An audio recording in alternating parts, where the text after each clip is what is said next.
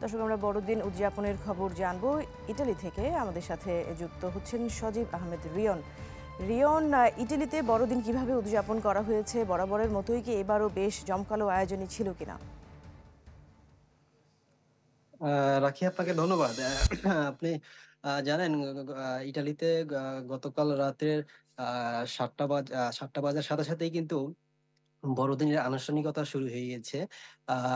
Vatican city থেকেই আসলে এই আনুষ্ঠানিকতা শুরু হয়।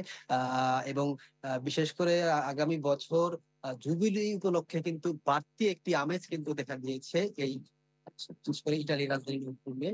কেননা প্রায় 3 কোটির পর্যটক কিন্তু এই ইটালির রাজধানী ভ্যাটিকান সিটিতে আসবেন।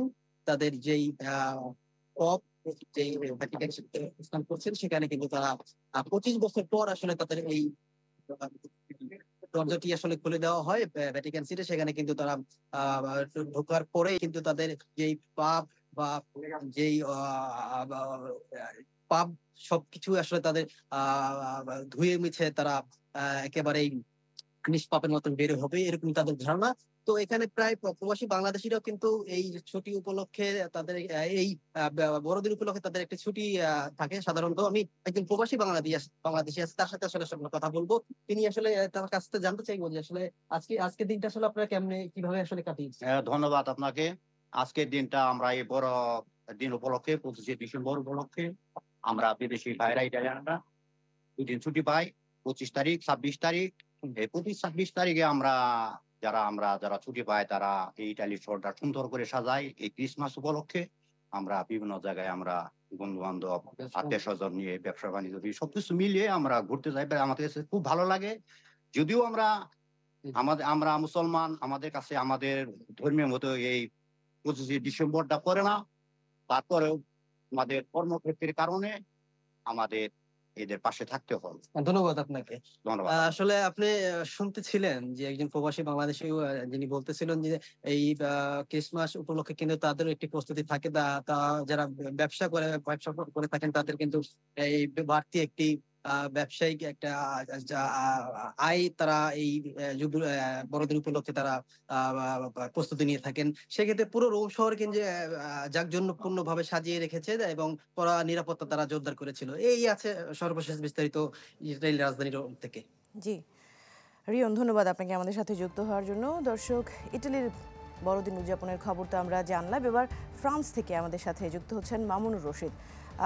মামুন, ফ্রান্সে আমরা যতদূর জানি সব সময় অনেক জমকালো আয়োজন করা হয়। এবার কি কোনো রকম কোনো ব্যতিক্রম হয়েছে কিনা, আর সব মিলিয়ে আসলে কিভাবে উদযাপন করা হচ্ছে?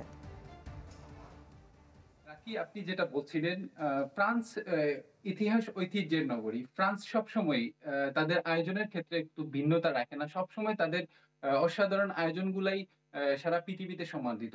যেমন প্যারিস গেটে 25 লক্ষ ঝাড়বাতি তারা লাগিয়েছে এবং প্যারিসের অলিতে গলিতে রাস্তাঘাট গুলাকে এত সুন্দর আলোকসজ্জিত করেছে, যেটা যে কারো দর্শনার্থীর মন আকর্ষণের একটা কেন্দ্রবিন্দু।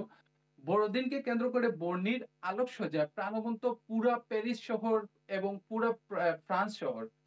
তো ফ্রান্সের 5 বছর পূর্বের যে ক্যাথেড্রাল, যেটা সেই প্রাচীন ঐতিহ্যের সেই ক্যাথেড্রালে শুরু হচ্ছে নতুন করে ক্রিসমাসের আমেজ।